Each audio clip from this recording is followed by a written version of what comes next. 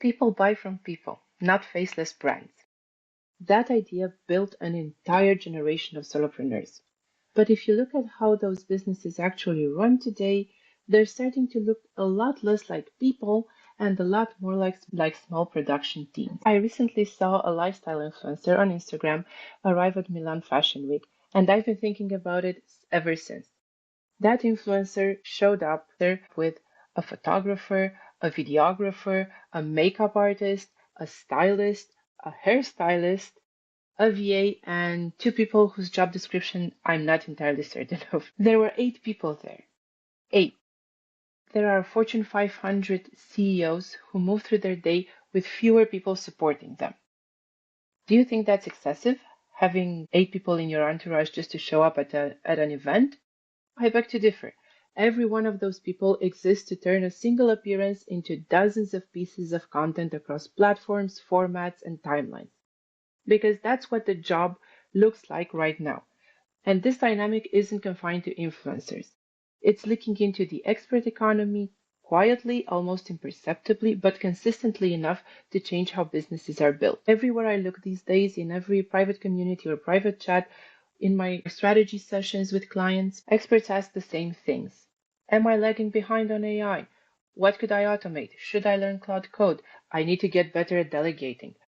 I'm looking to hire a VA, a social media assistant, a YouTube producer, a community manager.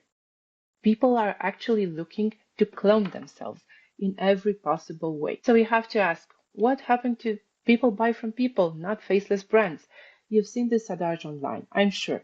It's good advice too. If you look at the internet trends timeline, you'll see that creators or influencers and even one-person B2B businesses got their moment in the sun because they were the opposite of soulless corporations. They were human. Working with them never meant sleazy sales cycles and endless customer support calls. But look at how businesses actually operate today, and you'll see that a different pattern emerges. The person at the center becomes the mere interface. Behind that interface sits a growing system of people, tools, and processes that keep the machine running. From the outside, it still looks like a one-person business. From the inside, it starts behaving like a small production company. Listen, I know that we all run a media company, whether we like it or not. We all resist it at first too. That shift doesn't happen overnight. It builds gradually through small, reasonable decisions. A freelancer here, a VA there, a designer to make things look more polished, someone to help with video because video is now mandatory if you want reach. You're no longer just doing the work, you're coordinating the work. And candidly, I may have fallen for it. The process above feels very familiar because I think I just went through it. You see, I've been resisting doing video for years now. Plot twist. Here's my brand new YouTube channel. See, I've been feeling the pressure to do video for a while now. And it started small. I recorded a couple dozen podcasts, I did some LinkedIn lives, I did some masterclasses in gated communities, and so on. However, there was nothing that required me to edit videos, publish them, and worry about effing thumbnails. And yet, here I am. I started with a short trailer for the council, the community I run. Then I recorded a video about state of solopreneurship. And long story short, I now have 3 scripts sitting in my Google Docs, and I'm scrambling to find the time to record and edit them. For now, I'm calling this an experiment. I don't know if I'll keep doing YouTube. Candidly, I like pushing myself to learn new things. What I don't like is feeling like I need to outsource some of my work. Right now, I only work with a single contractor, a web designer. Everything else is done by me, and I'm perfectly comfortable with that. I never liked managing people, but should I be managing people? This video is essentially me thinking in public. Let's look at a few numbers. According to Orbit Media's 2025 blogging statistics, the time spent creating a blog post is decreasing thanks to AI. We now spend 3 hours and 25 minutes versus just over 4 hours in 2022. But that decrease is minimal and likely not compensated by the need to push more content in multiple formats. Now layer in format complexity. According to HubSpot, omnichannel marketing amplifies content. 75% of marketers use more than 5 channels. 53% of marketers struggle to differentiate their content in an AI-saturated market. Video, especially short form, has an insane return on investment. Then there's repetition. Customers need roughly 3 exposures to even notice you, 7 to remember you, and 27 to trust you. This is why it feels like too few people are buying from you and why you shouldn't quit too soon. There are plenty of people in your orbit, but they still need to see you showing up day after day. And lastly, to add insult to injury, we have referral traffic from major platforms continuing to decline as platforms prioritize keeping users inside their ecosystems. Consequently, publishers and creators are seeing reduced outbound clicks despite stable or growing impressions.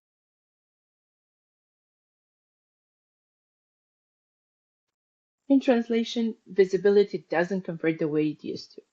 Put all of this together and you get a structural shift. More effort required to create, more formats required to compete, more touch points required to convert, less efficient distribution. That gap has to be filled somehow, and most people fill it with other people or with AI. The bar is rising in multiple directions at once. It's not just that expectations are higher, they're also more fragmented. You're expected to write with clarity and depth, show up on video with confidence, translate ideas into visual formats, adapt your message to platform specific dynamics. Each of these used to be a dedicated field, and now they're all bundled into one role. It's like this, when one role expands like this, it rarely stays a one-person job. Furthermore, attention compounds slower. You already feel this in your numbers, I'm sure. Reach is less predictable, engagement is less reliable, conversion takes longer. The reason is fairly simple. Attention is more distributed and more competitive. According to Statista, global social media users spend an average of over 2 hours per day across social media platforms. They spread across an increasing number of apps and content types. At the same time, the volume of content being produced continues to grow exponentially. We definitely have more supply than demand here, which means that your content isn't just competing with direct peers, it's competing with everything. Say you're a marketing strategist like me. You're not just competing with other marketing strategists, you're competing with every piece of news, every blog post, every YouTube video, every cat video, every fail video, every mindless reel that people see on Instagram. That slows down the feedback loop between effort and results. When feedback slows down, people compensate by increasing output, and increasing output tends to require more resources. I've been noticing that the identity shift is actually very structural. Here's the thing though, you don't wake up one day and decide to build a content operation. You respond to pressure. You want better reach, so you experiment with video. Like me, video takes time, so you outsource editing. Once editing is outsourced, you start thinking about scripting differently. Then you want consistency, so you bring in someone to help with planning. Each decision makes sense on its own. However, when put together, they reshape the business. The expert gradually becomes the face of a system rather than the sole operator. These days, you can build a business that looks personal and runs like a coordinated team effort. That model is becoming more and more common because it aligns with how the current attention economy works. So, what's the play? What can you do? There are two viable options here. Option one, scale production. You expand capacity, you bring in support and increase output with the aim of matching the market's expectations across formats and platforms. This can work extremely well, especially if your goal is maximum reach. However, it also shifts your role. You spend more time coordinating, reviewing, managing timelines, and aligning outputs. The work itself becomes a single layer within a larger system. Some people enjoy this transition. Others realize they've built a business that operates very differently from what they originally wanted. Option 2, engineer asymmetry. This path requires more restraint, more intentional design, and more importantly, more patience. Instead of increasing volume, you increase weight. Instead of spreading across channels, you concentrate where your ideas have the highest return. Instead of matching the market's pace, you build assets that outlast. Let me be perfectly clear. There's absolutely nothing wrong with creating and managing a full-fledged media company. I may be projecting here though, But most of the people I speak to do not want that. They still want a nimble business that depends on as few people as possible. If that's you as well, let's talk about how you can achieve that. How you can build a lucrative business without cloning yourself multiple times over. Do you remember the time when it was enough to show a resume or tell people you've been doing something for a few years to get a contract? Yeah, me too. Now, we're no longer in that world, but that doesn't mean that we have to build the same business Mr. Beast built. So, the first order of business is to build assets, not posts. A large percentage of content today is designed for immediacy, captures attention briefly, and disappears just as quickly. When you focus on ideas that can be referenced, expanded, and reused, you create something with a longer lifespan. I call this creating passive value, not to be confused with passive income, though. Second, treat content as infrastructure. When content is created as output, the pressure is constant. You have to keep producing to stay visible. On the other hand, when content is treated as infrastructure, each piece becomes a building block.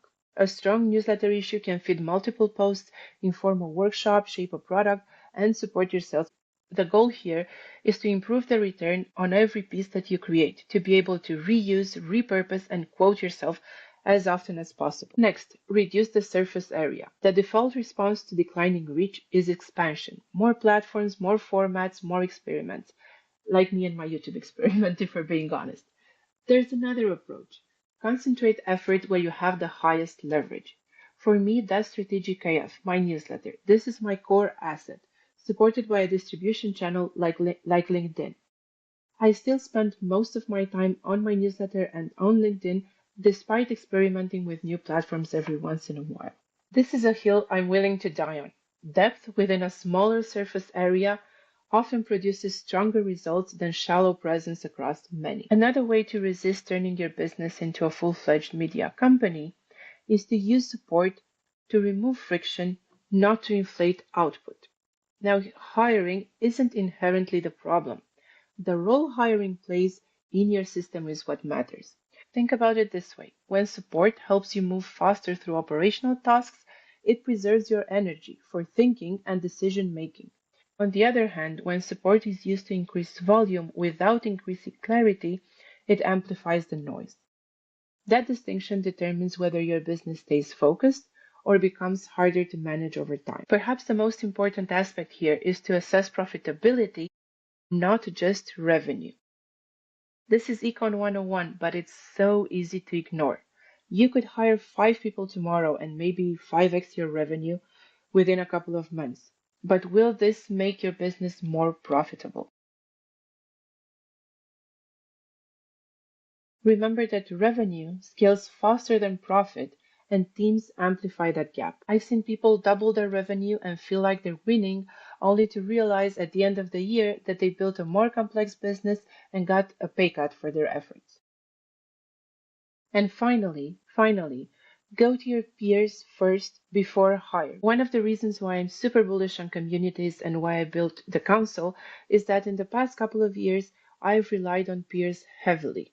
And it paid off. Before hiring anyone, I asked around about better ways to do something. I asked for direct feedback. I brainstormed with people who had been in my shoes before. I left with clarity and reduced complexity almost every single time.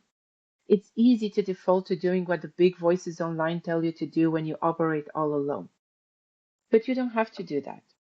Speak to a peer before you launch a business that you won't resonate with in a couple of years. I want to leave you with a question to sit with.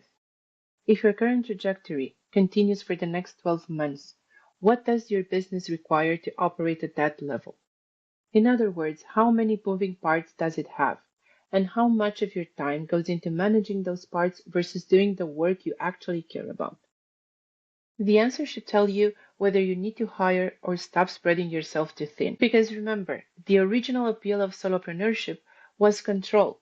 Control over how you work, what you create, and how your business grows.